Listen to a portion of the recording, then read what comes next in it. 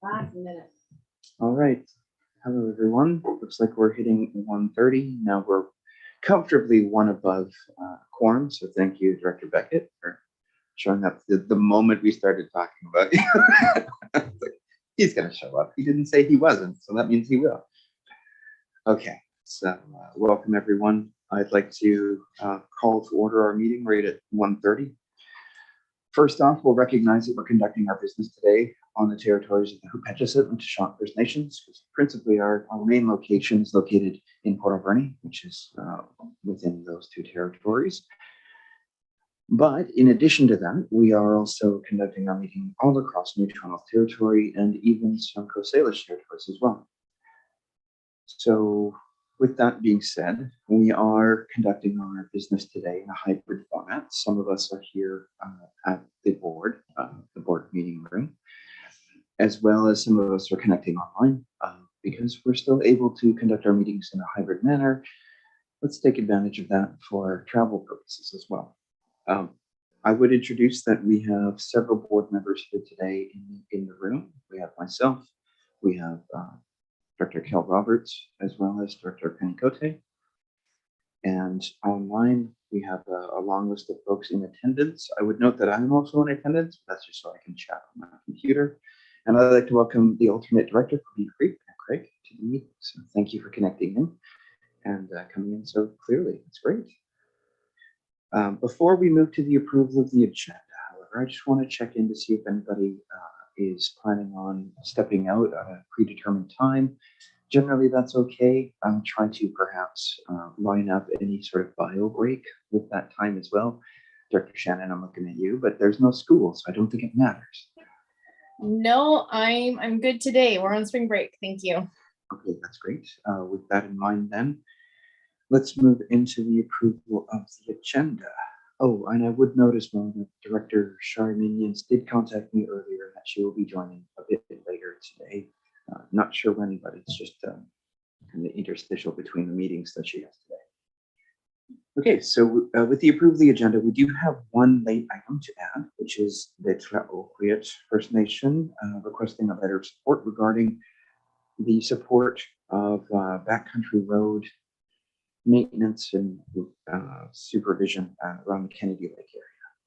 So that'll be added as a late item for item 6A. That should have been added to the agenda, but also an email dated March 21st that should have been forwarded or sent your way in some way, shape, or form pretty recently in your email inbox. That's on the website. Oh yes, it is located on the website through the meeting calendar thing. Okay. So moved. Thank you, Director Roberts, for approval of the agenda. Do we have a seconder? Thank you, Director Cote. Alrighty, so moving that through. All those in favor? All opposed? Motion carried. Thank you.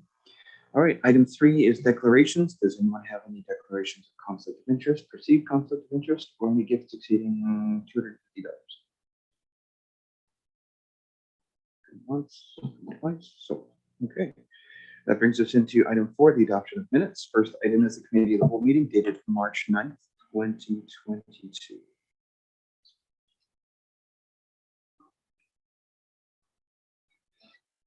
Thank you, Director Cole. Do we have a seconder for adoption of the minutes? Thank you, Director Shannon. Does anyone have any comments, additions, deletions, modifications? Seeing none, all those in favor? All opposed? Motion carried. Great. That brings us to the Board of Directors meeting dated March 9th, 2022.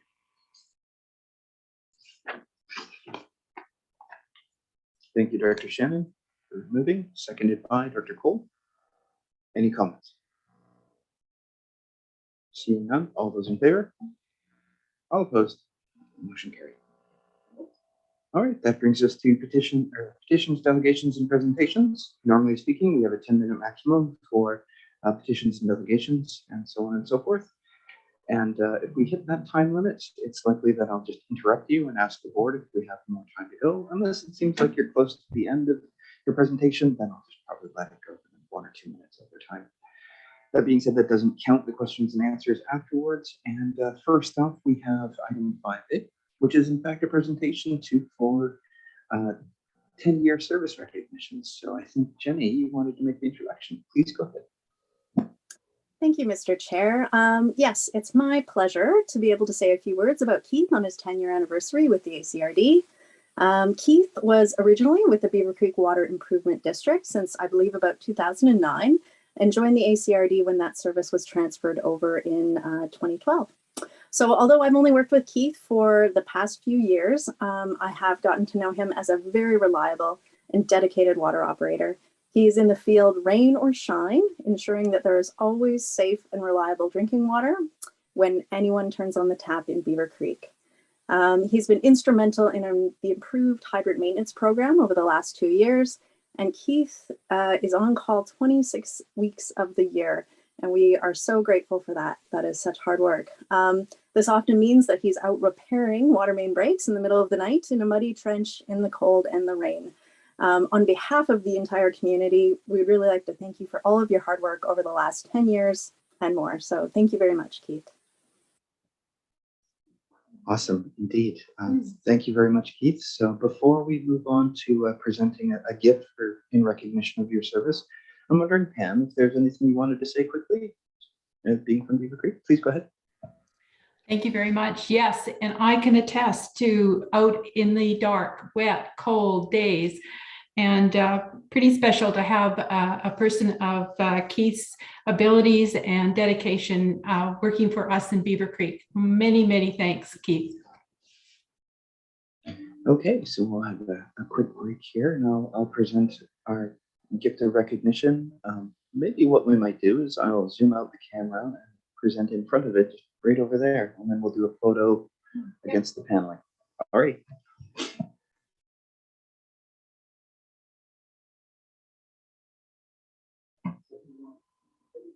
Oh, there you go. That makes even more sense. Okay. So on behalf of the board, thank you. Please take this in recognition of your service for 10 years. And it's there we go. Great. Thank you very much. Okay.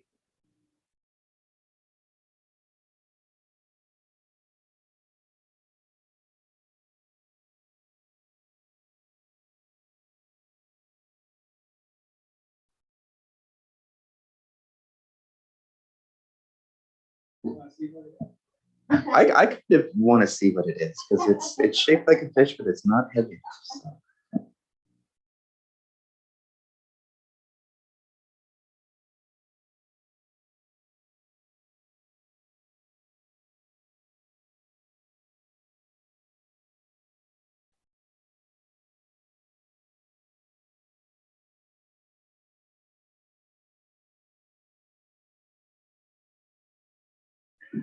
He'll show on the podium there. Oh, yeah, you gotta come this way. Just hold it up. There you go. Yeah. Awesome. Hey. Okay, well, that was pretty awesome. So yeah, so he was actually wearing the old vest underneath his jacket, and he's really happy to get the new one. So. Okay, with that, that brings us to the next item, and I'd like to welcome Ms. Joanne Sales, or Salas, I don't know how to pronounce that necessarily, the Executive Director of Broombusters, with an update on Broombusters activities in the ACRD and probably on the island. So thank you and welcome, Joanne. Please take it away. Okay, thank you very much, chairpersons and directors. I recognize some faces there.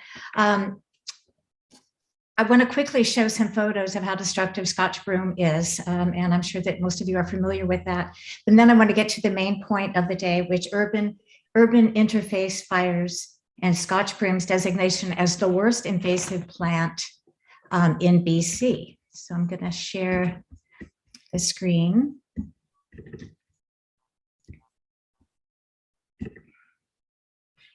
Okay. So what is wrong with Scotch broom? Well, first of all, it's an alien invasive plant. It is not native. It spreads rapidly, forms dense thickets, crowds out native plants, prevents forest regrowth, and that's very significant, leads to a dramatic loss of diversity, is highly flammable, toxic to grazing animals and wildlife, and takes over farm, forest, and parkland, as we all know. How bad does it get? Really bad. These are photos from New Zealand, and you can see where the gorse, cousin of broom, and Scotch broom have totally taken over the sides of mountains. This is happening all over the world. And as forests disappear in BC, this could happen here. So broom spreads rapidly. A single plant produces 18,000 seeds viable in the soil for 20 to 40 years.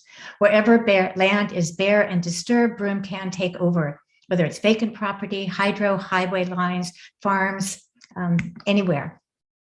And broom grows huge quickly. Okay, so it looks like that's a stump of a tree, but broom is a woody weed, so it grows much faster than trees. So it takes over our trees and smothers them. It also strangles native species, such as the in the bottom right-hand corner. Yeah. Broom prevents forest regrowth.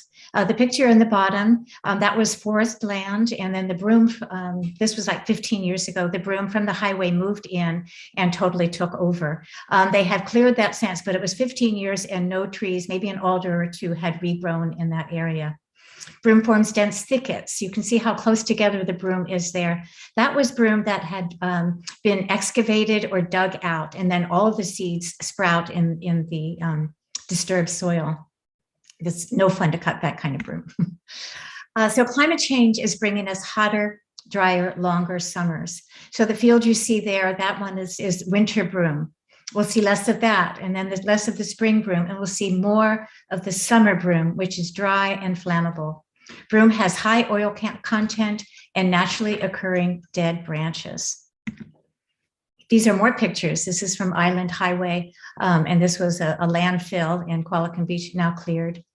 But the Coastal Fire Center says 2 invasive species cause fire behavior and control concerns, broom and gorse. This is, unfortunately, you can't see the fire truck. The fire truck is very small compared to the size of this flame on the right-hand side. Terry Peters, the fire chief of Powell River, says Scotch broom is a volatile flash fuel. It will increase a wildfire's fuel load, escalate the fire's intensity, compromise fire situations, and make fires more difficult to fight. So what we're facing now is danger of urban interface fires. And again, Terry Peters says, I started a chapter of Broom Busters in Powell River as the city's fire chief, not only for the invasive properties of Scotch broom, but more so because broom is a significant threat as a fire hazard for urban interface fires within our region. So climate change is bringing us all kinds of new terminology. Heat domes, atmospheric rivers, and now urban interface fires. It's important for us to take note of the fire that destroyed Lytton and also the fire that destroyed 1,000 homes in Boulder County, Colorado. These are urban interface fires. Prolonged drought and heat caused by climate change will have disastrous consequences. So this is how quickly broom can take over. This happened in Oceanside. In 2019, many hectares of forest were harvested for sale or development on Alberni Highway, leaving soil degraded and bare. The forest was cleared, and then the land was put up for sale again. So that was in 2019. It was a forest. This is what you see in spring of 2020. Here's what you see in the fall of 2020. And this is what it looks like now in spring of 2022. In 2 growing seasons, it went from bare land with barely sprouting broom to broom that is almost ready to bloom. So that's how we don't have a lot of time when land is cleared before broom can take over. Another serious problem we have is BC hydro transmission lines. Broom covering the power lines creates an easy path for fire to travel across the island from Campbell River to Victoria and also through Powell River and to the west coast. You could say that Scotch broom won an award. The Invasive Species Council did an assessment, and Scotch broom was designated as the worst, meaning that Scotch broom is the invasive species causing the greatest harm to species at risk in BC. And when you see how that the picture on the right was a farm in Parksville, and you can see nothing else is going to thrive in that area.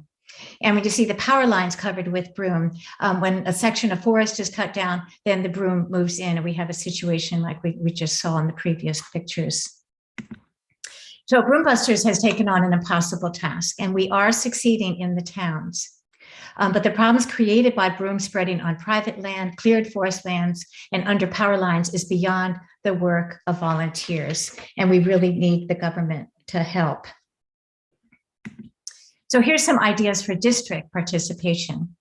Okay, first of all, considering when possible, broom removal. Okay, inside the municipalities, such as Port Alberni, the municipality removes the broom that's cut by volunteers. In the regional district, it usually is on the shoulders of broom busters, and that limits the amount of work that we can do. Key areas in the ACRD that we're working on and that volunteers want to work on is Cherry Creek, Beaver Creek, and also around Sprout Lake. And in Ucluelet, from Highway 4, from the visitor center to the town line. One thing that's very helpful is to allow signs, because signs inform the public. People might see broom being cut, but they don't know how they could participate. They don't know why it's happening. They don't know whether it's successful. Actually, it is successful. Cutting broom actually does work if it's done properly. So encouraging district workers to cut broom properly is very helpful. So very often people think, oh, I'll just cut broom and I'll leave it this much to the of a stalk. That will come right back and it'll be very difficult to remove. You actually have to cut it right at ground level. Also to pass and enforce laws to protect land, water, soil, and forests. And join with other municipalities and districts to require that sources of broom infestation be cleared. As I said, volunteers, we can't do anything about, BC hydros and about the private lands, but there are things that joint government can do. So this leads to this, and this leads to that. So my personal passion, why I do this, is farms, forest, and the future. I'm a blueberry farmer, and that's how I got started in all this. I didn't want the broom to be coming onto our farm, but also for the children. So you see these young children here, they're now teenagers, and they know that they need our help. I still know these children. In fact, the cute little girl in the cart is one of the students who sits outside of Qualicum Beach Town Hall every Friday all day as part of the Global Fridays for Future climate protests. They know that they are in trouble, and we do too. One thing we can do to help them is to stop the abuse of land and the broom invasion. This is one thing that can be done. There's so many things we can't do, but this is one we can. Our children will need these forests and farms in healthy condition. And with invasive plants, you can't always go back in time and fix things. At best, the damage can last many decades. The spread of Scotch broom is a problem that must be addressed, and we appreciate ACRD's help in whatever way can be given. So thank you. Okay. Well, thank you very much for your presentation. We'll open it up for comments and questions now. So please go ahead, anyone.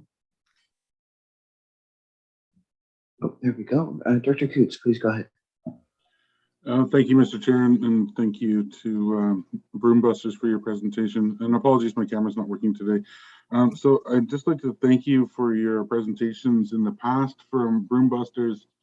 It's been brought to my attention, and I try really hard to keep broom out of my my traditional territory and my treaty settlement lands. I see it moving along the forest roadways that the private landowners have, and the crown corridors that run along there, because it just hitches a ride on all the logging trucks and the vehicles coming back and forth, mine included, as I travel through the areas where the Scotch broom is kept unchecked on the roadways, and they're improperly trying to deal with it by just hammering it with a brushing machine, and it propagates and creates issues. So I think that our board needs to look at what we can do politically to start pressuring the provincial government to pressure our private landowners and such, they have the other crown corporations to deal with broom on their property, because invasive species are the removal and to deal with them is the responsibility of the landowner. If I have an invasive species on my private property, it's my responsibility to deal with it correctly and not have it spread into my neighbor's property. So it's the same for our private landowners and the regional district as well. So I'd just like to once again thank Broombusters for bringing it to our attention, and thank you for all your hard work, because your group and yourself are on the front lines of this issue. So I just wanted to say, Kleco, and put my hands up to you. So thank you for bringing that to our attention, and hopefully the board and at a future date, maybe staff and the board can set some time aside where we can think about our next steps. So, Drew. Thank you. Yes. Okay, thank you for that. Next up, I have Director Cote. Thank you. Thanks for this presentation. I know that at Sprout Lake there is a volunteer group. Juliana McCaig has actually presented to the Community Association, and they have been gaining volunteers throughout the years. Over the years, they have done some work along Favor Road and I believe the highway, and I'm hoping that they will resume again this year. There's a lot of broom around Sprout Lake, and I know that along the highway, I believe Ministry of Highways has sprayed something along the broom there, and not sure if it actually killed it or if it just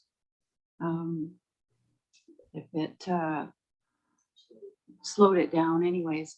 And I'm wondering, I'm sure that you don't use any pesticides or poisons in broom busting, it's just cutting it. But thank you for your presentation.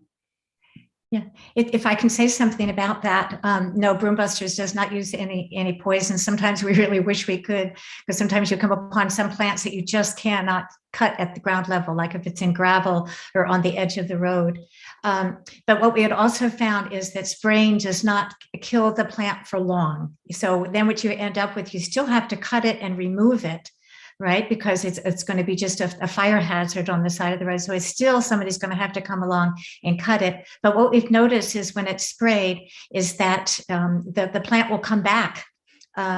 Just little bits of green at the bottom. It'll come back in a year or two. And also it kills the plants around it. And so what you need is shade to keep the seeds from germinating. So you want to preserve the grass and the ground cover, the salal, the ferns, everything that will shade the ground. Yeah, just wanted to add that information. Thank you for that. Use of herbicides is widespread in a lot of places, but knowing that it's not nearly as effective as doing it the right way is helpful. The next speakers I have up are Director Roberts, and then Director Craig, and then Director Corby. Thank you. Through the chair. Thank you, Joanne. As an Arrington resident, I'm quite familiar with broom and also that other wicked plant, gorse, which has been sprouting along our road on Middlegate and various areas, and hopefully we don't get any of it out here. It's it's really terrible. Anyway, thank you. I appreciate all the work that you're doing in the regions, and hopefully we're going to look at trying to get something together out on the West Coast. As you mentioned, along Highway 4 from Area C right down into Coolett, and hopefully it doesn't go the other way. Maybe the National Park will take care of it as well. So thanks again, and for all your hard work. Appreciate it. Thank you. Thank you. Yeah. Thank you. Next up, I have Director Craig. Please go ahead. Great. Thank you, Mr. Chair. And thank you so much, Joanne. Our paths have crossed a number of times over the years. And I feel that this is such an important message that all levels of government need to keep it front of mind, and making sure that community members and residents understand the necessity of going after this very invasive item. I'm working very hard to keep my little bit of property as clear as possible, and find that it really is an ongoing event every year. As soon as those first yellow bloom shows, that you must get out there and get at it right away. It is working, and it takes a lot of work, but it's necessary. And I certainly encourage all directors to remind themselves that this is something we must continue doing over the next number of years. Thank you so much for your presentation, Joanne. Thank you. Great. Thank you, Director Craig. Next up is Director Corbell. Please go ahead. Thank you, Chair Jack, and thank you, Joanne, for your presentation. Not being totally familiar with the regional district bylaws, the city does have a bylaw that permits or does not allow a landowner to have noxious weeds, which one of the weeds listed in the definition is broom. I'm wondering, does the regional district have such a bylaw? And if not, is it something that could be implemented? I think that's a good question. Do we have anyone on staff that could answer? Please go ahead, Mike. Hi, Chair Jack. Yeah, the regional district does not have an invasive species bylaw. It's certainly something that can be investigated, and under the Local Government Act could be implemented, but it's not something we have. Thank you. I have next up. Yeah. Go ahead, Joanne, and then we'll I was going to say that bylaws are so helpful. Nanaimo and Parksville are the best examples of bylaws being used. It's just amazing how much less broom there is in Nanaimo, because the broom busters would go up and say, okay, so you have broom on your property. There's a bylaw against this. Can you remove it? And very often then they'll remove it. Or if they can't, sometimes broom busters will help them. If they're just obstinate and don't want to help them, we report them to the bylaw officer. But it's made a huge difference. Just being able to say, yes, it really is a bad plant and the government knows it. And it's not just, a bunch of volunteers who don't like it for some reason. So bylaws really help. Thank you for that. Next up, we have Director Steer and then Director Conte. Thank you through the chair. And thank you once again for your presentation. It's always wonderful. Just a quick comment in terms of ACRD lands on the West Coast, in and around this is mostly for staff, I would guess, but I'm sure they know, but the airport lands and around the landfill, certainly there is quite an extensive amount of broom in those areas, especially extending out from the landfill areas out into the some of the tender licenses, tree farm license areas out into there. Just thought I'd bring that to the attention of staff, because it is an issue that, as you pointed out, in terms of those interface areas and the potential for some of the fire hazards that I think you've indicated is something that we're looking at more and more out on the West Coast region, ironically enough, where we have the amount of rainfalls I'm sure everyone's familiar with. So thank you once again for your information. Thank you. Okay, next up we have Director Cote. Please go ahead. Thank you. Just a question to staff. We have recently received Fire Smart grants with identifying that there is a risk of high risk of fire spread with the broom that's growing in along hydro lines and et cetera. I'm wondering if there's something that the regional district can do with a Fire Smart grant. Okay, I see Daniel and maybe Charlie, but please go ahead, Daniel. So that's a fair comment. And what we'll do is take a look at what complies under the Fire Smart. And certainly I think the recommendation of a bylaw is the angle to take a look at. So, through either the grants or through our own efforts, we can certainly take a closer look at what can be done. And I just wanted to say hi to Joanne. Long time no talk. Hi. Okay. Are there any other questions? Director Shannon, please go ahead. Thank you. Thank you, Joanne, for your presentation. I hear you on trying to protect the farm and keeping your area clear of the Scotch broom. We do the same thing on ours for the portions that are on Beaver Creek Road, where as Director Coots mentioned, you can see it from the logging traffic going back and forth in those areas where we're dealing with it. I guess my question is to staff. We have a committee of the whole coming up in April. Would we be able to put this down as an agenda item to kind of get more deeper into it as to what we can do and maybe prep a little bit for it? Because I know that we've had these presentations before, I want to say annually, and to just really go after it this year and like have a full discussion on what we can or cannot do. And then my other comment to Joanne is, I know the Beaver Creek Community Hall has expressed interest in before with their membership to try and help with this. And I know they have a meeting coming up on Monday night, and I don't know if we can connect or if I can bring your contact information to that meeting to see if there's still interest for this upcoming season, because I will be at the meeting that night. Well, I'd be happy to help in whatever way is possible. And one of our organizers in Port Alberni lives in the Beaver Creek area, so she also might want to be participate in that. Sue Thomas.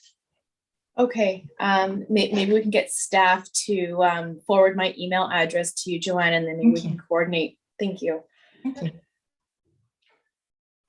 I think something coordinated across the region would make a lot of sense. I wouldn't mind maybe kicking this to the EA Directors Committee first and then report to the Committee of the Whole. The other thing we could do is interface with the other municipalities and try to harmonize what we're doing so that the bylaws are similar. I can do all three, I guess, at that point. So we'll put this under consideration and see what makes the most sense, either going to a committee or going to Committee of the Whole first to get the momentum going, see what's what. Okay. Are there any other comments or questions? All right, seeing none. On behalf of the board, Joanne, I'd like to thank you and the Broombusters for your constant work on the matter, but also the communication and engagement you do. Make sure that this is always at the front of mind. So, thank you very much. okay, so I think that brings us to the end of our petitions and delegations, and that brings us into item 6. 6A is a new item, which is the late correspondence, the Tualaogquit First Nation asking for a letter of support regarding Kennedy Lake backcountry roads. Is there anything else anyone would need to fill this out from staff? Sure thing. Please go ahead, Daniel. Thank you. I know that there's been a lot of discussion, as the board knows. The ACRD has been working with 18 stakeholders in facilitating the discussions around dispersed camping. This is one of the solutions, likely the lowest hanging fruit, and Tualaogquit did put that together, and it is still being discussed by the larger group. I know that there's been some emails in the periphery of this as recently as yesterday, and so I think it may be better for the board right now to defer this and have staff report back on an update on the facilitation, and then come back to speak to the elements, because the committee did want to try and have a united voice with all the 18 stakeholders, and we're dangerously close to that point of being able to draft a letter on behalf of that committee. So we may want to just pause for now. Although I will, on the flip side, flag that we are already speaking to various levels of government seeking funding, because we know that summer is rapidly upon us.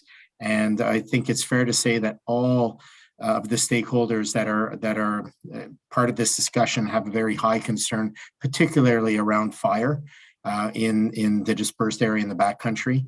And so we do want to make sure that there is some solution, and this solution appears to be the one that can be actioned the quickest.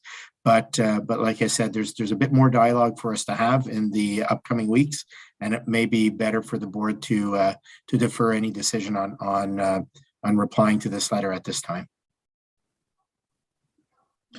With that in mind, is it well known whether or not there are any timing concerns regarding what Tlaoquiat is trying to achieve. If I can address that, there are some timing concerns, and I think this is the tricky bit. Is, you know, if Tlaoquiat were to actually action this, they do need time to purchase the right equipment, train up their staff, and start scheduling the necessary activities. I think one of the big things that we don't want to see is barriers going up at this time. And this is the one solution that would allow for some interface with people that are in the backcountry camping, and would allow us to either identify problems early or flush out, as the case may be. So it is a solution that is time sensitive. And so this is a bit of the tricky bit in seeing this communication. I know that we have had some informal dialogue with our MLA and Minister Osborne. So we're early days, but it is time sensitive. So right now I can't say more than that. That's pretty much where we're at in the dialogue. Okay, thank you. Are there any other comments or questions regarding this matter from the board? Dr. Cote, please go ahead. Thank you. Looking at the request, it seems that it's just for looking after the roadway at the moment. And I would assume that that's to make sure that people are not camping in this area. But it also says that their long-term goal would be to create a proper campground. So this would be an interim measure, I imagine, and it would no longer be needed once the campground was established. So I think we require more information. Thanks. Okay, I think that's consistent with the recommendation from staff. So perhaps what we might do is ask staff to come up with a report and maybe see if Saya or someone can come in and give a presentation for questions and answers. Dr. Cote, go ahead. I'll make that motion then. We refer this back to staff for more information. Thank you. Do we have a seconder? Everyone? Dr. Roberts, thank you. Okay, any further comments on the motion? Seeing none, all those in favor? Okay, all opposed? Okay, motion carried. Okay, let me just write that down here. All right, that brings us into correspondence for information. Would anyone like to pull anything up?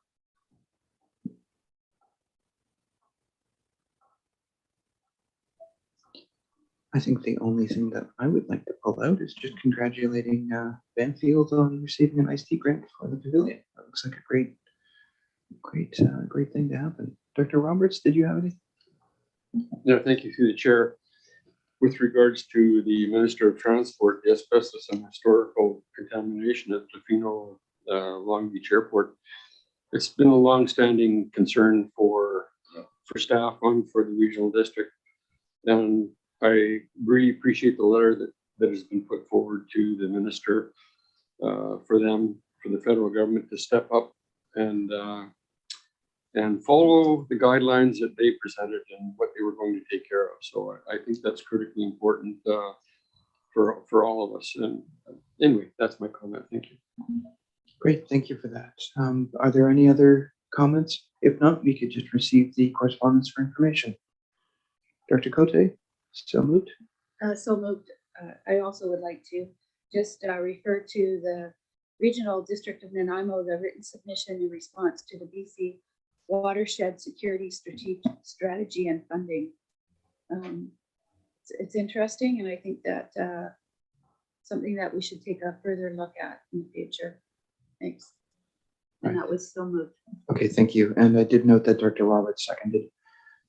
Are there any other further comments? Dr. Shannon, go ahead. Thank you. Just to follow up on Nanaimo's written submission that it did go out from the Agriculture Development Committee that we sent a written submission in response to the BC Watershed Security Strategy as well. Thanks. Okay, thank you for that. Seeing no more comments, all those in favor? All opposed? Okay, motion carried. Thank you. All right, that brings us into item 8, which is request for decisions and bylaws. First up, we have the 2022 grant and aid application for Portaburnie Family Guidance Association. Item A. Terry, is that you? Please go ahead. Sure, I can speak to this. So this is the last remaining grant and aid application that the directors need to decide on. So we have received additional correspondence from the Port Alberni Family Guidance Association, and the resolution that is presented there was to deny, and it is on the table for discussion. Happy to answer any questions. Thank you for that. Any comments or questions? Dr. Cote, go ahead. Thank you. I would also like to move that we deny the grant and aid, and just make a comment also that at the last Alberni Clayoquot Health Network meeting, we had a submission or comments around United Way and a new grants that are coming available that this may be qualified for. Okay, so if you'd like to move to deny, I think the first resolution needs to be moved first to lift the tabling, and then we vote on it. So I'll move that the Alberni Clayoquot Regional District Board of Directors lift the following resolution tabled at the March 9th, 2022 Committee of the Whole meeting. That the Committee of the Whole recommend that the ACRD Board of Directors deny a grant and aid in 2022 to the Alberni Family Guidance Association. Thank you. So this is just on lifting the tabling. So questions and comments are probably just for clarity. Seeing none, all those in favor? All opposed? Okay, motion carried.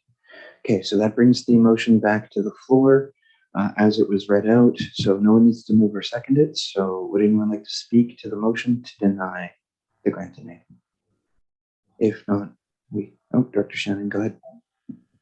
Thank you. I mean, I brought this up at our last meeting. I'm really struggling with this one because I want to support it, but the way I view this one, and as I mentioned last week, 2 weeks ago, to me, this is really similar when we look at the Port Alberni Victim Services Society. I realize they're different. They're working with mental health, they're working with victims, and we had extensive discussion on like let's ensure that they understand that the grant needs are for one-offs, etc. And then I really think we need to revisit then why we do $26,000 annually to the other one. I mean, I know we've talked numerous times about trying to come up with a procedure for grant and aids. But I mean, honestly, I feel like if we're doing the other one for 26,000, as I mentioned last time, maybe we can split the difference of cost to try and help both. I'd rather see us help somehow, or whether that's perhaps some assistance from our grant. Maybe we can do it in kind to help them find other grant options, but just putting that out there again, thank you. Okay, thank you for that. Dr. Please go ahead, Diane. Thank you. First, one question I wanted to ask Director Cote. The United Way, you say, is they might be able to get a grant from there. When would that be? Would that be this year? Dr. Cote, go ahead. There was Mary Catherine was at the Health Network. She is our United Way representative for our area. And she mentioned about a grant that was coming forward that this may qualify. I'm not sure it does, but good chance that it will. There is provincial and federal monies that have been allocated for mental health, and I think that it's just hasn't been decided yet how it's going to be implemented out. So I do believe that there is going to be a chance that there will be eligibility for grants in other areas rather than coming from the regional district. I don't believe this is our responsibility as much as I'd like to contribute. We have to keep in mind that it's not our obligation to start taking on the provincial's obligations. Thanks. Thank you. Okay, with that in mind, are there any other comments or questions on the motion? Okay, with that, all those in favor of denying the grant aid? Okay, all opposed? Okay, motion carried. Thank you. All right, that brings us to item B, which is the adoption of bylaw F1155 2022 to 2026 financial plan. Terry, please go ahead. Thank you. I am relieved, I think would be the best word to present to you for adoption today. The financial plan for 2022 to 2026. After 7 weeks of discussion together, I think we're near the end here. There's kind of 3 remaining spots that I thought we should touch on before we do the readings, which would be at the last meeting, the directors had asked that we go back to look at the revenue estimates for both building inspection and management of rural areas. And so we did take a look at that, and we still are confident that those are good estimates. They're conservative, but that's what we do with our revenues because it's not guaranteed. We did review and update the bylaw in 2021 for building inspection. However, it's been a few years since we reviewed the development application fees. So after the adoption of the budget today, we've actually recommended that you direct staff to review that bylaw this year and see if some or all of those fees could be increased for things like subdivisions, variances, public hearings, and all those sorts of items. So staff are not recommending any changes to those 2 sections of the bylaw. And then the third section that I wanted to touch on today is the Spurtlake Lake Volunteer Fire Department budget. And the fire chief has recently made a request to include a $30,000 purchase of a used crew cab long box to support the fire operations. This is tight. That budget is tight. And so in order to do that, basically the only option for 2022 would actually be to raise taxes by $30,000. So I think staff are recommending that we defer that purchase till 2023 so we can have a better look at some other options. Not sure if there are other options, to be really honest, besides raising taxation. But you could make that motion, and I did include a draft resolution in that section of the report if you'd like to do that. And just want to say thank you for all of your time and effort in helping us get to this point. And I'm glad we got here, and I'm happy to answer any questions. All right, thank you. Do we have any comments or questions? Director Roberts would like to continue deliberations for another 3 weeks. We will ask Punxsutawney Phil if that's a good idea. Okay, with that then, I would note that if we want to entertain the motion for the fire related long box, then we would have to do that amendment after first reading, but before second reading. Is that correct? So we've already done first reading at the last meeting. So we could pass a resolution for second reading and then make the amendments there and prior to voting on second. Yeah, so prior to voting on second, Correct. we would do the amendments. Correct. That's Yes. the case. Yeah. Thank you. Okay, Director Cote, did you have your hand up? Please go ahead. I did. This is new, this last request from the fire department. And unfortunately, we've already pretty much set the budget for this year. And I think that this is a little late coming forward, so I'm not really supporting this at this time. And going by what staff are recommending, we already are having an increase in our taxation this year. And I don't really want to hit up the taxpayers again. Thanks. Yeah, I think that's fair. I just wanted to make sure from a procedural standpoint, everybody knew what their options were. With that in mind, we can move into second reading then. So that'd be the first paragraph of the recommended motions. Please go ahead, Dr. Roberts. I move that the Alberni-Clayoquot Regional District Board of Directors give second reading to the bylaws cited as bylaw F1155 2022 to 2026 Alberni-Clayoquot Regional District Financial Plan. Thank you, Dr. Roberts. Second. Okay, or Director Coots. So let's put that down. Thank you. Any comments or questions? Okay, seeing none. All those in favor? All opposed? Motion carried. Thank you. Okay, so that brings us to the next third reading. You can just say third reading, whoever wants to move it. Director Beckett, move third reading. Thank you. Do we have a seconder? Thank you. Director Bodnar. Okay, any comments or questions on third reading? Seeing none, all those in favor? All opposed? Motion carried. Thank you. And finally, I think that's adoption. Oh, no, not finally, but adoption is next. Would anyone like to move adoption? Thank you, Director Beckett. Seconded by Director Roberts. Okay. Any comments?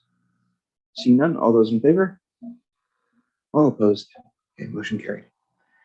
Now and finally is the direct staff to review development procedures and fees bylaw. So we'll probably have to read this one out. Would anyone like to move this? Dr. Cote, go ahead.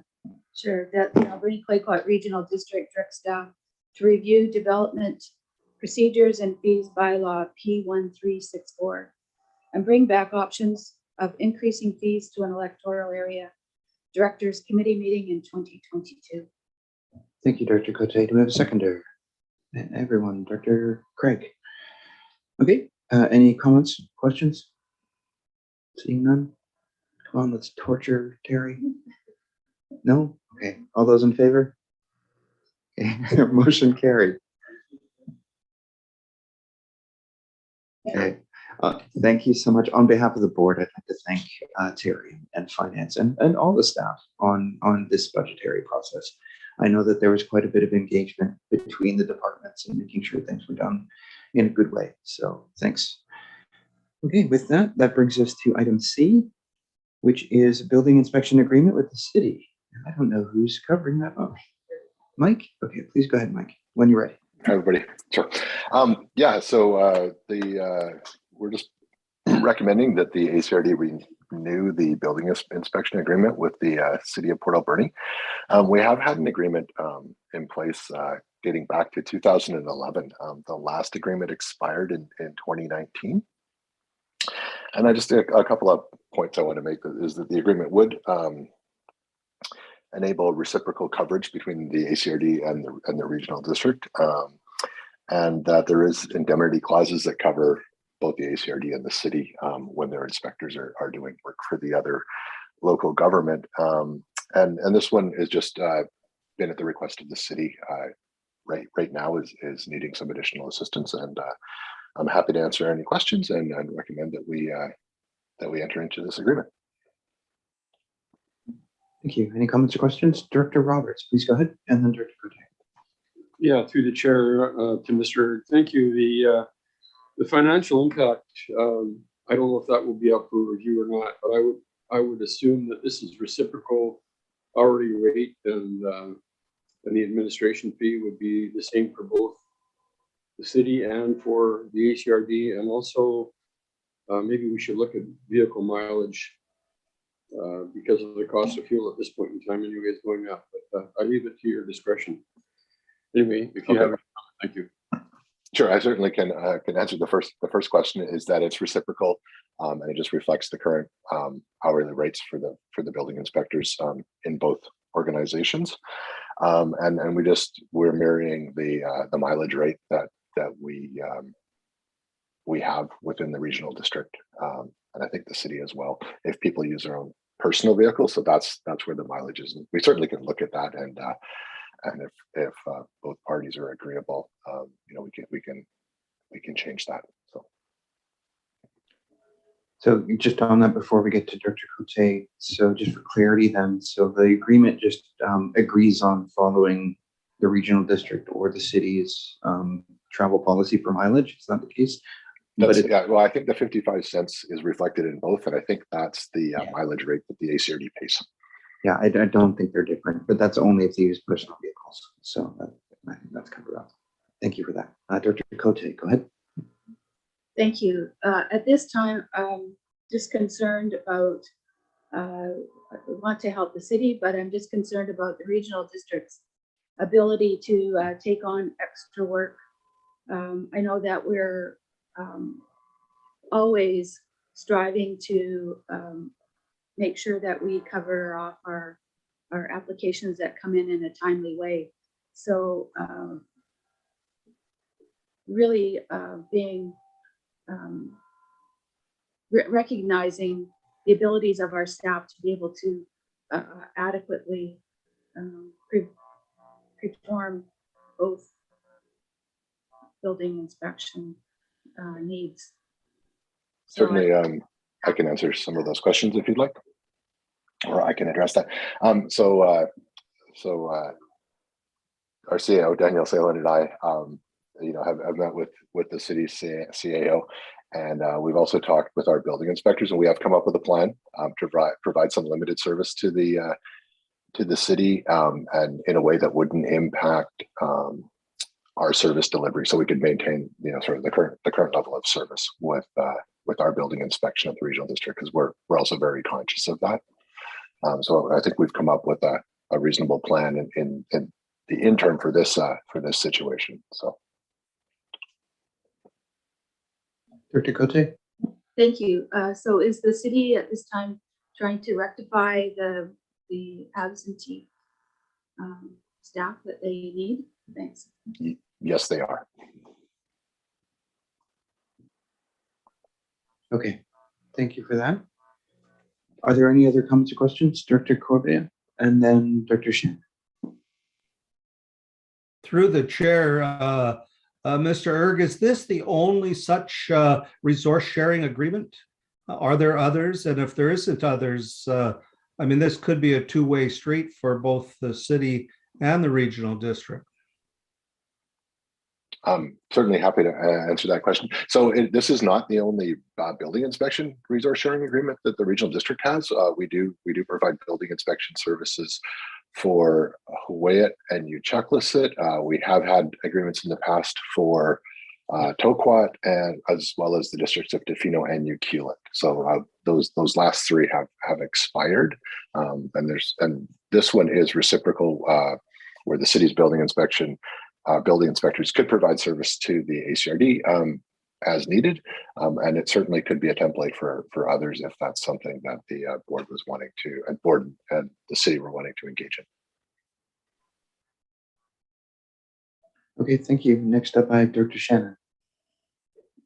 Thank you. I just wanted to echo Director Cote's concerns with, we've brought on additional staff this past year and a half. Not necessarily building inspector, but just happy to hear from Mr. Erg that there is a plan. I hope it's not super long term, because we are busy too. And so just, yes, thank you.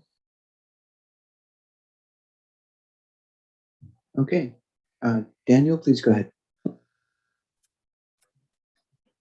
Thank you, and I do appreciate the concern, and I just wanted to circle back to what Mr. Erg was saying, and the solution that we're proposing right now is short term, and it was formulated with the staff that are actually doing the work. It's extremely important to pay attention to burnout. We don't want to be burning out our staff. And so I think that this is a good solution that will work well. I think both the staff involved are aware of how to support one another, and that the solution will ensure that we're not facing a burnout scenario, while also helping Port Alberni advance some of their major files as they wait to backfill a vacant position. It's important to say that some of these elements are, when Mr. Erg says they're reciprocal, we know that things change for each one of our governments, and wherever possible to help out, it's always extremely useful to be in that situation, and I think we can appreciate that throughout each one of the members of our federation, that we do work in good faith and we do find these solutions. And I think we've been quite honest in putting down what our concerns are. So, Scott did a great job working with us as well from Port Alberni. And so I think this is a good temporary solution.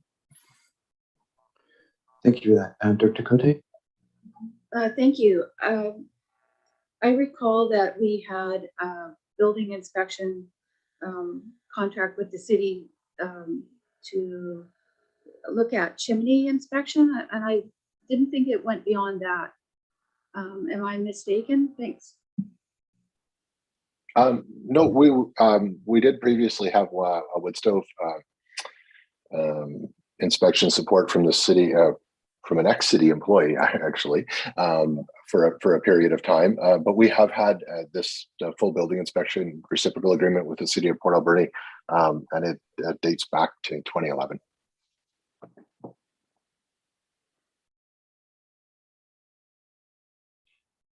Okay.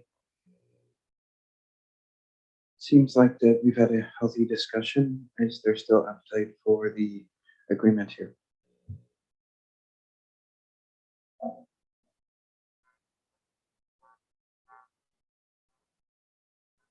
Dr. Shannon, go ahead.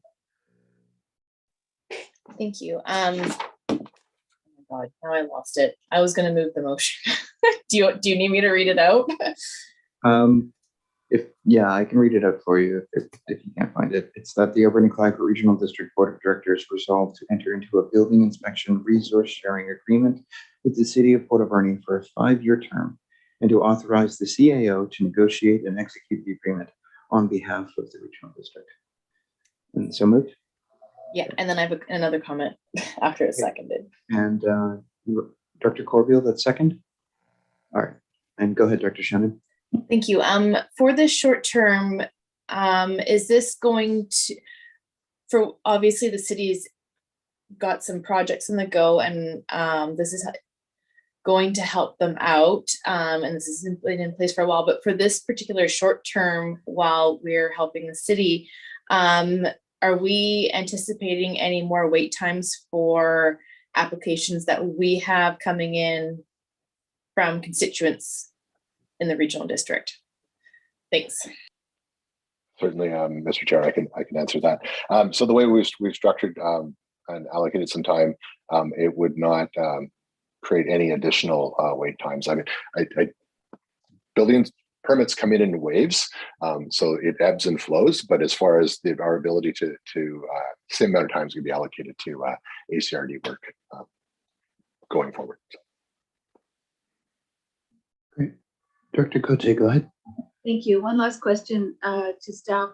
Do we have a full staffing in this department at this time? Yes, we do. Okay. Okay, with that, any further questions? Last chance. Seeing none. All those in favor? All opposed? Okay, motion carried. Thank you. Alrighty, that brings us to item D, which is a request for decision regarding the log train trail. Please go ahead, Jenny. Thank you, Mr. Chair. The following 3 reports are all related to grants available for active transportation, planning, and infrastructure. So just a primer for all 3 of these. There's two different grant streams. One is from the federal government and one is from the provincial government. The federal grant is closing at the end of March and the provincial grants are closing at the end of July. There's within each of those, you can get planning. So planning for parks, planning for active transportation, or you can get money for the actual capital infrastructure. With that being said, we will start with the first report, which is for the Log Train Trail. So we are looking to apply for a grant of $50,000 for the Federal Active Transportation Fund, and that is for planning. And this project is on our work plan. So this is we were originally planning to do a park management plan for the Log Train Trail. And really that includes a lot of things, including engagement, establishing community priorities, and developing management objectives. We looked at this project and we felt that if we added in the active transportation component, which really just looks at it as a corridor, then it will expand the scope, but so it'll be a little bit more expensive. Originally, we were looking at $30,000, and we think if we add in doing the active transportation components as required of this grant, it'll be approximately $50,000. But if we're successful, then the entire project will be funded, and we think that it will add benefit to the existing project. So we're recommending that we do make this grant application, and if successful, we will know soon enough before we start the project. It was originally scheduled to begin in the latter half of the year, so we think we will know if we're going to go ahead with the original scope or the expanded scope in that timeline. So happy to answer any questions. Thank you for that. Director Bodner, go ahead. And then Director Shannon. Thank you. What I'd like to know is, in the past, Mosaic has done some repairs and put a bridge across some streams. And will they continue to be doing that? Or if you get this grant, would you just take that over? Through the chair, the grant is specifically for planning. So it doesn't actually cover, it wouldn't be actual physical infrastructure. And when we do the plan for the Log Train Trail, we'll be looking at that, like whose ownership of different components and how we will achieve different maintenance objectives, improvement objectives. And so I think including Mosaic in that conversation. So I don't necessarily see that changing, but instead we'll be having a larger public dialogue on what we're going to do for the Log Train Trail moving forward and how we can achieve that. I hope that answers the question. Thank you. That did clarify it. Great. Director Shannon, go ahead. Thank you. I was just going to ask with the expanded scope for planning of this, does this affect our lease agreement with the Log Train Trail at all? No. No, it didn't have any impact. Okay. So with that, any more questions or comments? Any motions? Director Shannon, go ahead. Do you move the motion? Yeah, and I've got it in front of me this time if you want me to read it out. Yeah, sure, go ahead. Okay. That the Alberni Clayoquot Regional District Board of Directors apply for a grant of $50,000 from the Federal Active Transportation Fund with Infrastructure Canada for the development of a Log Train Trail active transportation plan. Great. Do we have a seconder? Thank you, Director Roberts. Any further comments? I would note that it's easier for me to read these out because I have printed out. You don't necessarily have a printer. Any further comments? Seeing none, all those in favor? All opposed? Okay, motion carried. Great, thank you. And that brings us to the next item, which is similar, but for the Sprout Lake Trail. Thank you, Mr. Chair. So this application is for the provincial one, which closes in July. And essentially in Sprout Lake, we've been continuing to construct active transportation network through Lakeshore Drive and along Faber Road for a number of years, sort of as money every so many years we add on to the trail, and we're actually hoping to finish design and construction of another portion this summer. We found that definitely with Ministry of Transportation, the requirements for that design have changed. And again, we looked at this grant opportunity and feel that it would be an excellent opportunity to do a better sort of broader plan for that trail network, which we've been continuing to do. And so If we were successful in getting this grant money, then we would look at basically looking at the longer term plan for this trail network for Sprout Lake, and potentially even getting some preliminary engineering done, which is costs that we typically undertake already anyhow. So that's the intent for this grant application. If there's any questions? Thank you. Any comments or questions? Director Cote? Thank you. Wonderful to be seeing grants coming forward. Just a question, have you talked at all with the Sprout Lake Parks Commission regarding this grant? Specifically, I'm not sure if Michael has reached out. Again, we were just looking to, not specifically, no, I think the answer is no, but we will interact with them when we're doing the development plan if we were successful with the grant. Thank you. Going forward, I'd really like to see us communicating when we're going to start asking for grants like this, so it's not a surprise. But at this time, I'd like to make a motion that the Alberni Clayoquot Regional District apply for a grant of $25,000 from the BC Active Transportation Network Planning Grant Program for the development of a Sprout Lake Active Transportation Network Plan. Thank you. Thank you. Do we have a seconder? Okay, Director Craig. Any further comments or questions? You seeing none? All those in favor? All opposed? And motion carried. Great. Okay, that brings us to the next item, F, which is the West Coast Multi-Use Pathway. Further applications for grant funding. Go ahead, Jen. Okay, thank you, Mr. Chair. And this is probably the best news story because as we've all been looking to fully fund the multi-use path on the West Coast, and these grants are well suited for this project. So this is looking at capital funding from both of these streams. We've looked at what we would be eligible for in regards to the stacking requirements. And we believe that the maximum we're going to be looking at is $500,000 from the Provincial Active Transportation Fund and $300,000 from the Federal Active Transportation Fund. And as we've allocated a significant amount of Community Works funding, we have made an application to ICE-T as well. We are just basically pulling all of the stops out to finish funding of this project. Now, if we are, we have some different plans on how we would move forward with this. If we're only successful with one portion of like either the federal or the provincial, we should be able to make up the difference with the Community Works funding that's been allocated. If we're successful with both, that means that we might be able to put some money from the Community Works funding back into the pot, but we'll have to see at the end of the day how that unfolds, depending on all of our grant streams. The other thing is we are trying to manage with these different timelines. So because one of these grants closes at the end of March, and one of them closes at the end of July, we're trying to look at different strategies on how we can move forward if one is announced that we're successful and the other is. So we do have a potential phasing option where we can do the construction and then do the pavement at a later date. So we're still working out the details, but we wanted to definitely make sure that we're putting in our applications and working on those for the maximum amount available, because we definitely don't need less than what we can get for these grants because we can use all of that for the MUP.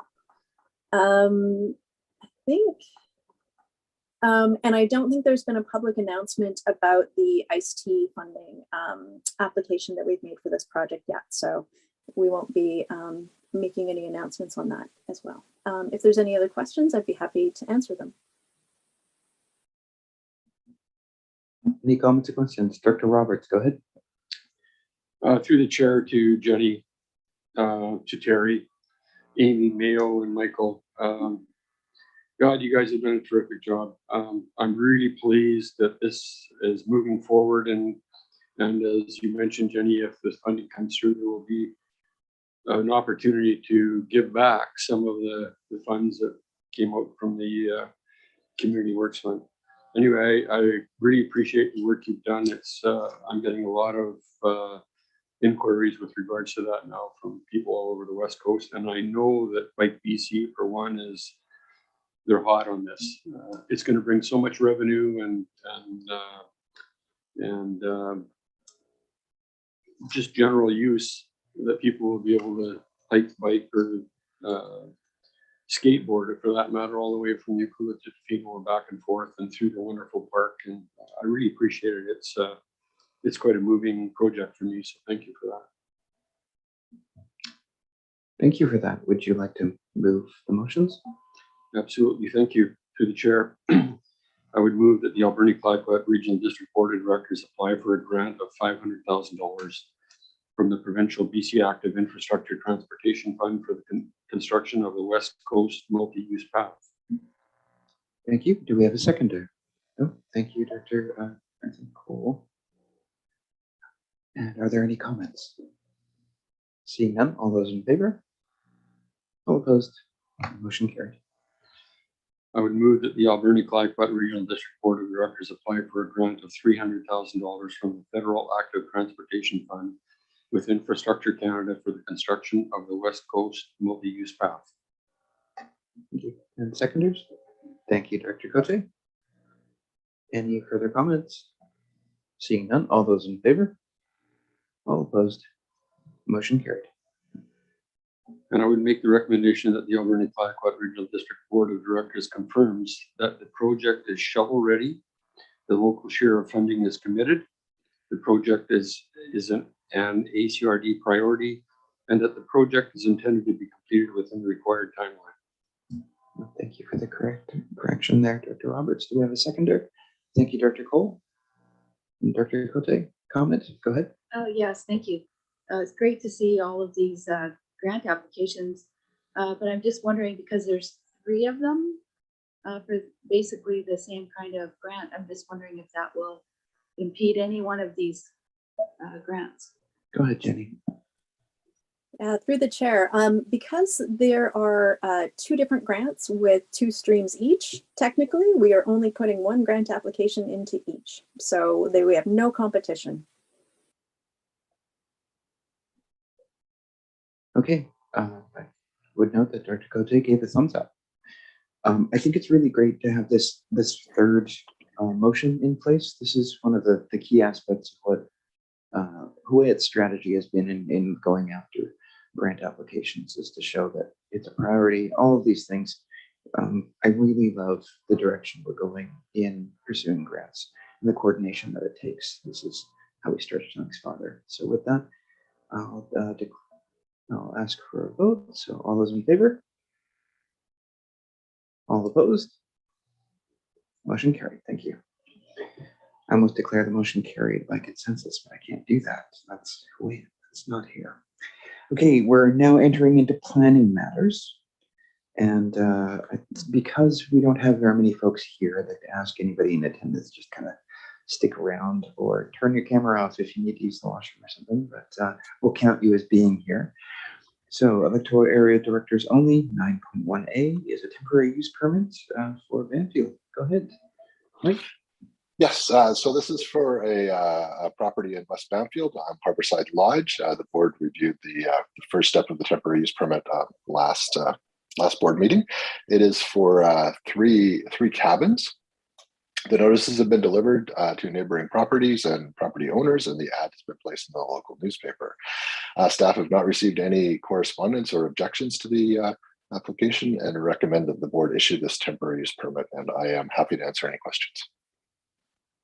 Thank you. Dr. Beckett, go ahead. I am in support of this application and would make the motion that the Board of Directors issues temporary use permit TUP 21006. Thank you. Do we have a seconder, please? Thank you, Dr. Shannon. Does anyone have any comments? No? Okay. We'll vote. All those in favor? All opposed? Okay, motion carried. Another one for Banfield, I think. So go ahead. Yes, and so this is a development permit application for the same property as we just issued the temporary use permit for. So a development permit is required for this property as it's a commercial use. And again, it's for Harborside Lodge, and the APC has reviewed this when they also reviewed the temporary use permit at the end early this month. And so staff recommends that the board issue the development permit, and I'm happy to answer questions. Thank you. Dr. Beckett, please go ahead. Yes, thank you, Mr. Chair. I'd like to make the motion that the Board of Directors issues development permit DPA 21016. Do we have a seconder? Thank you, Dr. Roberts. Any comments? Dr. Cote, go ahead. Thank you. Just, it's interesting that we're doing a temporary use permit and a development permit. So they're building, will they need a permanent permit in the future since they are building these units that we're giving temporary use permit for? Yeah. I'm happy to address that and answer that question, Mr. Chair. So this property, what they're building are motel units on a property that's zoned for hotel units. So the way the current zoning bylaw is written, they're allowed 6 hotel units, but not 3. The new zoning bylaw, which we're working through, would rectify this, so they wouldn't need to apply for any zoning. Through the initial staff report, the property owner applicant was made aware that if for some reason the proposed new zoning bylaw doesn't get adopted, they would either have to tear the buildings down or apply for a new zoning change.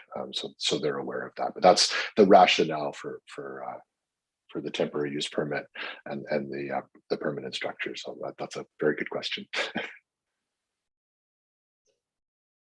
Okay, thank you for that. Are there any other comments or questions? Okay, seeing none, all those in favor? All opposed? Okay, motion carried. I just realized, Director Corbeil, that your profile picture makes it look like you're still on camera. I was waiting for you to blink, and it's like, no, this camera's off. Okay, so next up is item C, which is a Beaver Creek item. Please go ahead, Mike. Yeah, so this is a development variance application for a property in Highland Drive in Beaver Creek. So the application was to vary the front yard setback to 24 feet from 40 feet to allow for an accessory building, a garage. The notices again have been mailed out, and no correspondence has been received. Staff recommend that the board issue this development variance, and as always, happy to answer any questions.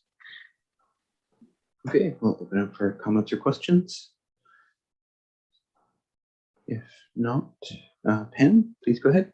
I'd like to move this. All right. I move that the Board of Directors issue development variance permit DBE 21008. Thank you. Do we have a seconder? Great. Thank you, Dr. Botner. Any comments? Seeing none, all those in favor? All opposed? Okay, motion carried. Thank you. All right, that brings us to item D, Cherry Creek. Yeah, so this is a temporary use permit for the Hollies Golf Course campground on the Alberni Highway. Before I start into my presentation on this application, I just want to note that the applicant, when they found out about the staff recommendation, emailed and contacted staff requesting that the board pull this application from the agenda and just allow the applicant some opportunity to work with staff. So I wanted to make the board aware of that. Staff's recommendation is that we proceed with the application and the staff recommendation, and I'll explain some of that as I go through. But just noting that this isn't an application for something that isn't in place yet. This campground has been in place. It hasn't had the proper zoning or temporary use permit in place since June of 2020. So that's the rationale for moving forward with it. So just a public meeting was held on February 24th. 3 members of the public attended. 4 letters and emails were received. 1 letter was in support As I noted earlier, the first temporary use permit was issued in May of 2017 and expired in May of 2020. A reapplication or new application was not made until bylaw enforcement staff became involved. After the temporary use permit expired, the number of RVs or RV campsites increased to up to 30 at times. And I would note that now it is down to 22 or 21 as of yesterday.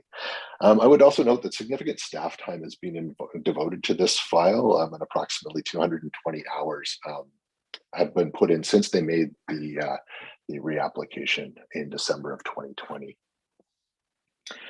And I would also like to note that the purpose of a temporary use permit is to allow for a specific use, in this case, a campground, which isn't permitted by the zoning, for a specified period of time, and with the expectation that the owner adheres to strict compliance to the terms of the temporary use permit. And I don't feel that that's been the case here.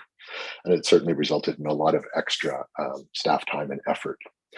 Staff are concerned that if this temporary use permit is issued, again, significant time and resources will be required to monitor and enforce the temporary use permit. And that's why we're recommending the board deny this temporary use permit. And then procedurally, it's important that the board receive the public hearing public meeting report. It wasn't a public hearing, and the minutes before they make a decision on the temporary use permit. And I'm happy to answer any questions. Thank you. Yeah, I'd just like to reiterate that this is receiving the public meeting report. It's not a public hearing, so it isn't subject to those kind of stringent requirements. Okay, Director Bodner, please go ahead. Thank you. To the chair, to Mr. Erb, if this goes through here, would that be allowing enough time for them to clear the campsite? June the 30th? I mean, that is over 3 months for the campsite. And I mean, we can always, bring anything back to the board if that's not the case, but it seems like a reasonable period of time to me. Thank you. Okay. Dr. Bodner, do you have any for the motions at all? Or?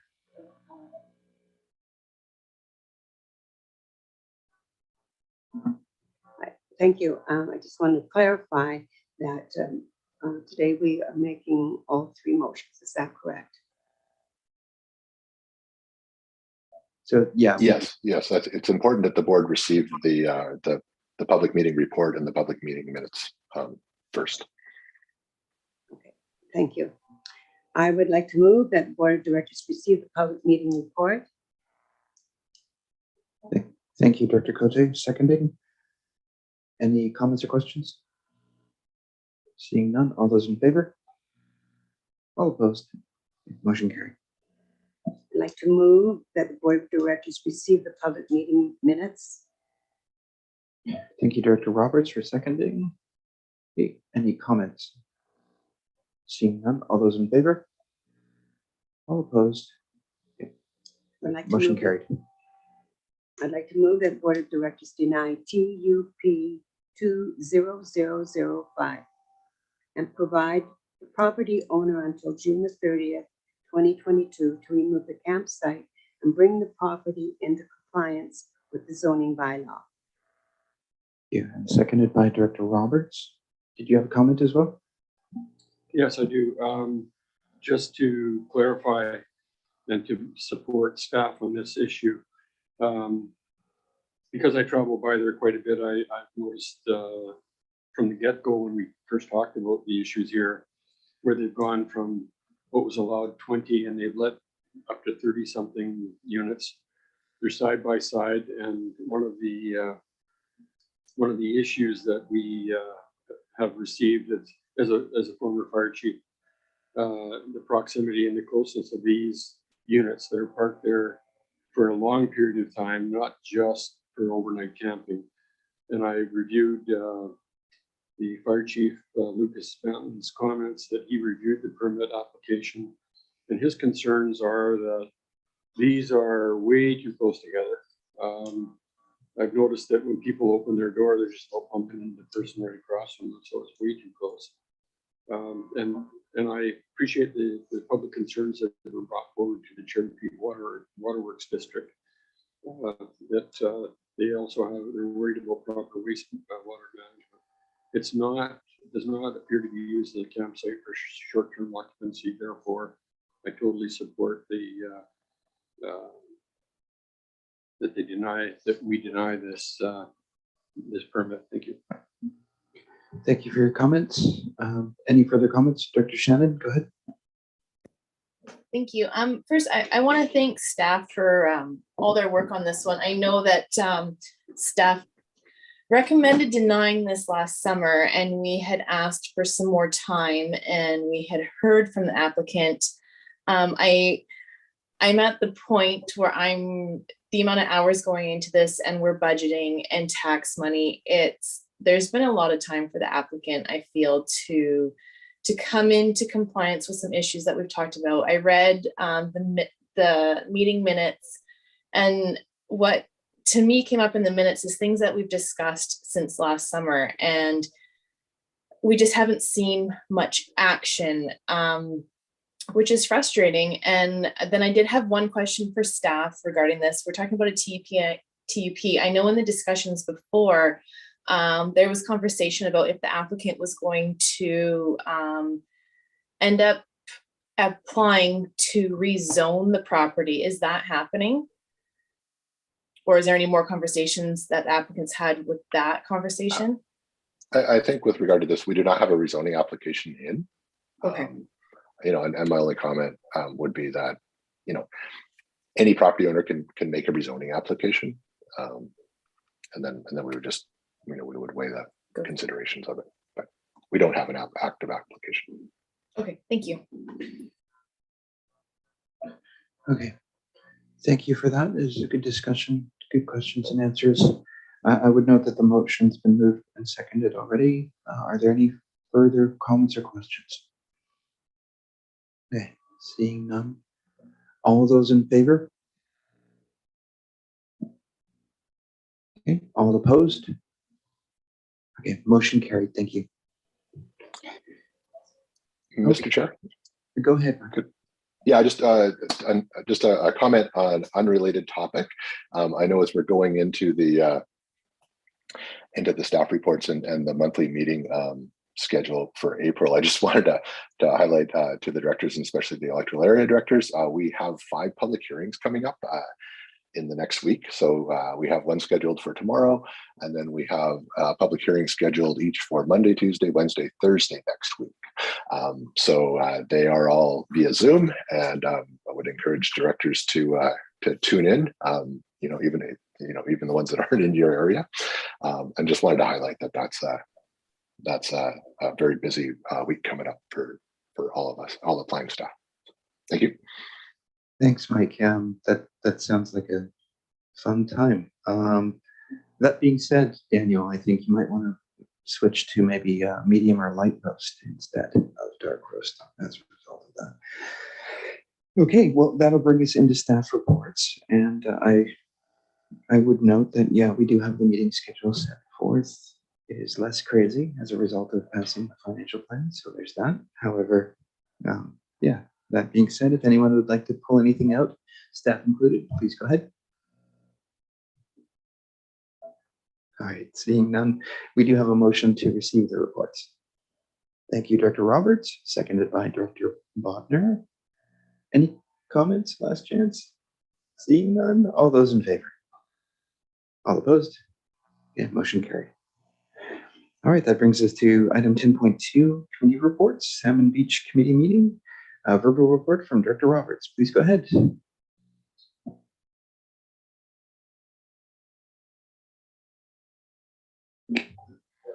I don't know if Jenny has any comment or not. The meeting went well. There wasn't any really contentious issues other than the pump and haul situation out there, which the committee has agreed to increase the parcel tax to cover those costs. Anyway, other than that, Jenny, I don't know if you have anything to say on that or not. Please go ahead. Through the chair, no, and we were just a little short on time to look at doing cover reports to the board. So any items coming out of that will come on a future board agenda. Thank you. Thank you for that. Would anyone like to move to receive the report? So moved. Oh, thank you, Director Roberts, seconded by, No. yeah, everyone. Thank you, Director Craig. That being said, all those in favor? All opposed? Yeah, motion carried. So just to telegraph ahead, I think we're just going to do our 5-minute break after we go on camera, because then it'll just break everything out perfectly. That brings us to member reports under 10.3. So starting with item A, 911 Corporation, Director McNabb isn't present. Director Craig, did he leave anything behind, or? No, but he did say that it would be coming forward. Ah, yes, okay. Next up is Vancouver Island Regional Library, Dr. Cote.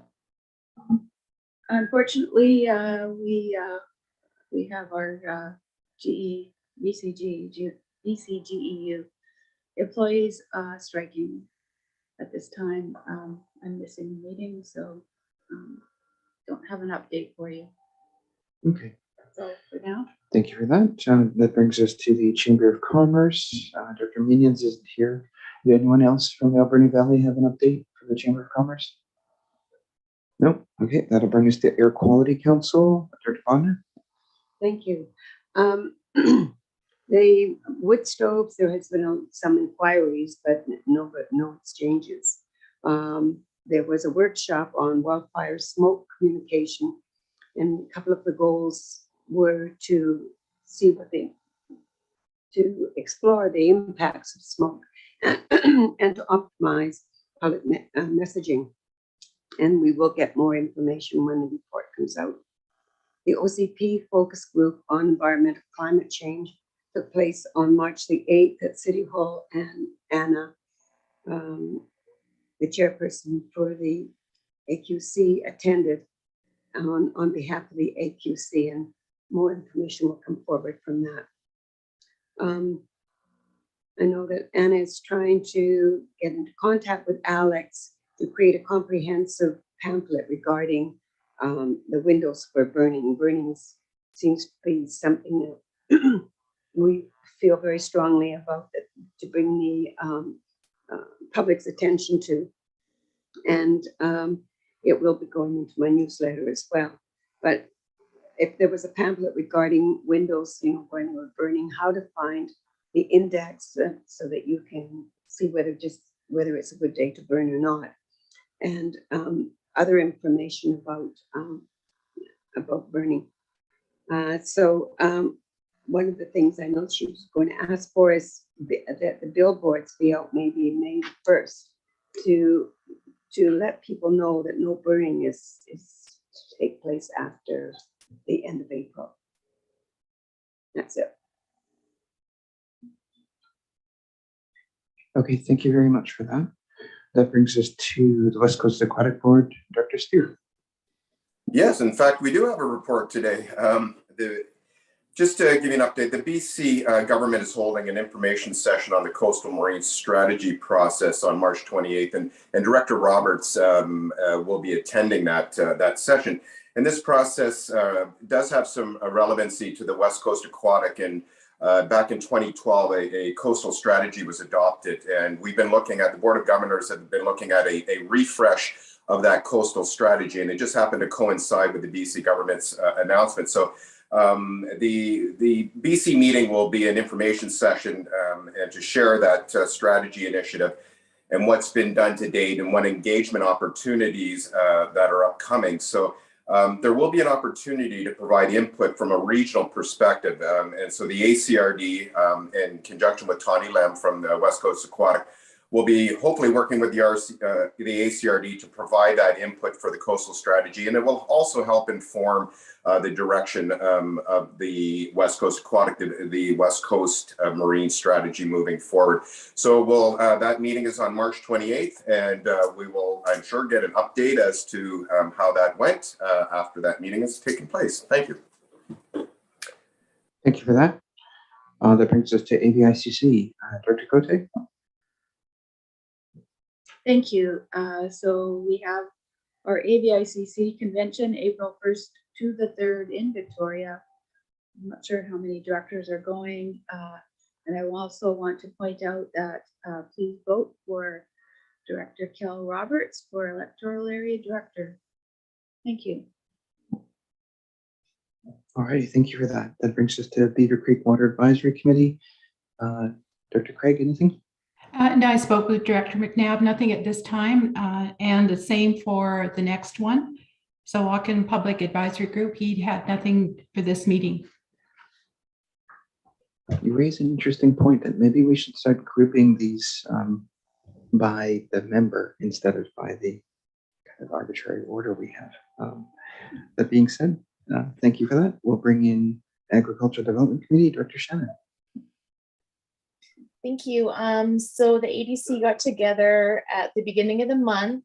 As I had touched on when we talked about correspondence earlier, the ADC did send out a letter to the BC Watershed Security Strategy and Fund for the watershed strategy viewpoints from the Agriculture Development Committee, but also through kind of the subcommittee of the Water Council that has been created, that started up in November, I believe.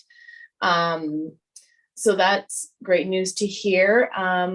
We had a meeting with MLA Osborne at the end of January, and we're going to try to get together again in the summer, but issues that we talked about with the MLA that are continual are water and then insurance issues, whether it's pricing or the ability to even get insurance on a farm, and just still working through abattoir, farm gate, web of how all of that works through the province. And then the one more thing I wanted to highlight, just because we had the presentation this morning from Joanne, is they talked about the Growers Guide coming out in May, and I believe it might be Amy Needham from the city is working on part of the Growers Guide talking about invasive species. So I would imagine we might see broom mentioned there again, but I will talk to the ADC and maybe coordinate them with Joanne, just kind of seeing that come up to see if that can be included. That's all I got. Our next meeting is in April. Okay, thank you for that. And that brings us to, I really want to say Redfish Bluefish, but it's at Redfish Restoration Society. Dr. Roberts, please go ahead. Yeah, thank you for that. Actually, that was my comment when they changed the name, was should be Redfish Bluefish. Anyway, REDD Fish Restoration Society was formerly the Central West Coast Forest Society.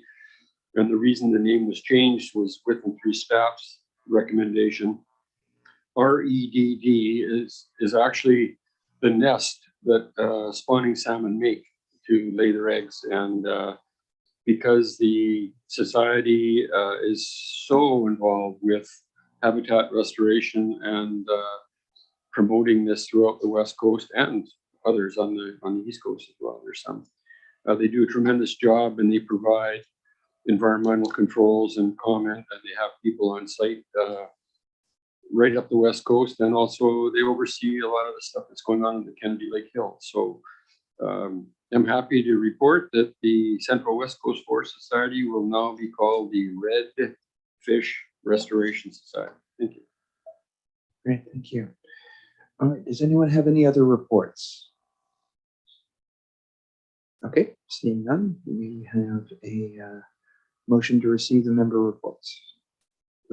Thank you, Dr. Roberts, seconded by Dr. Shannon.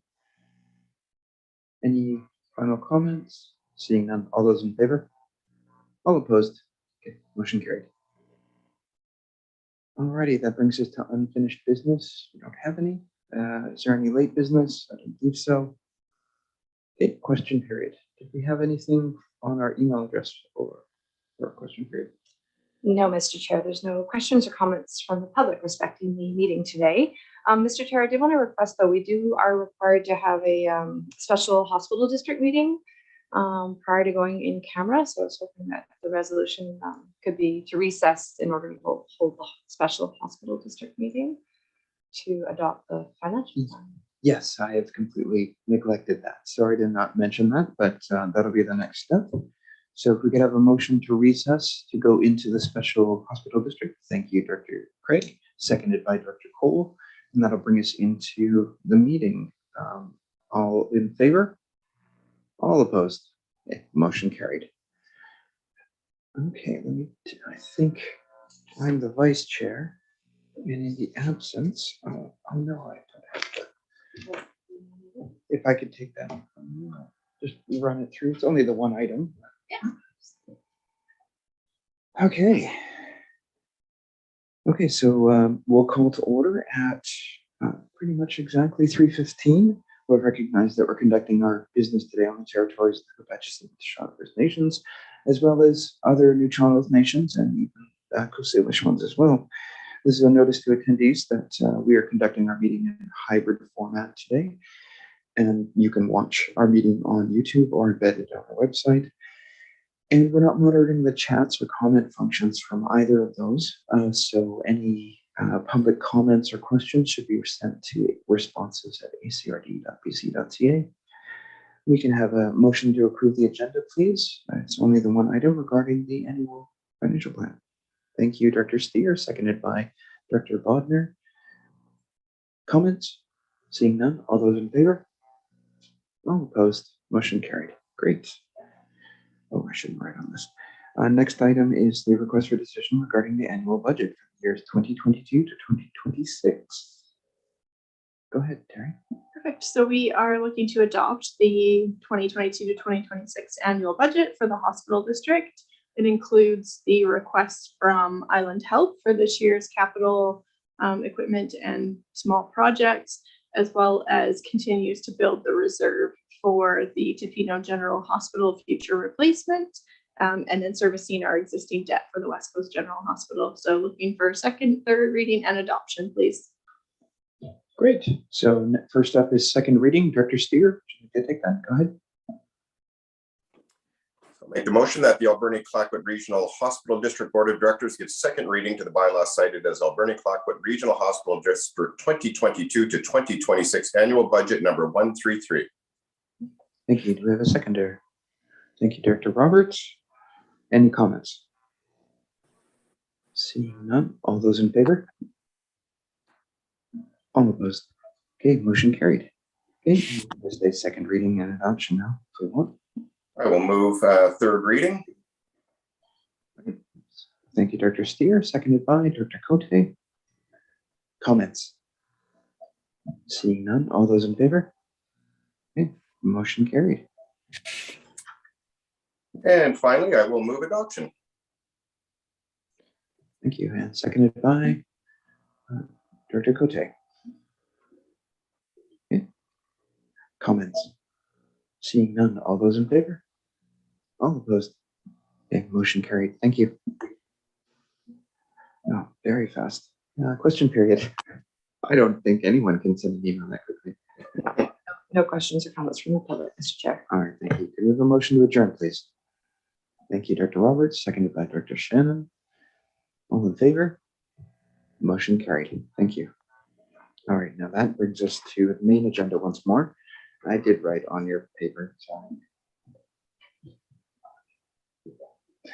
Okay, so before we end transmission here, I will read out the in-camera motion, and then I just intend to recess quickly for a bio break afterwards. So I'll read out the in-camera motion.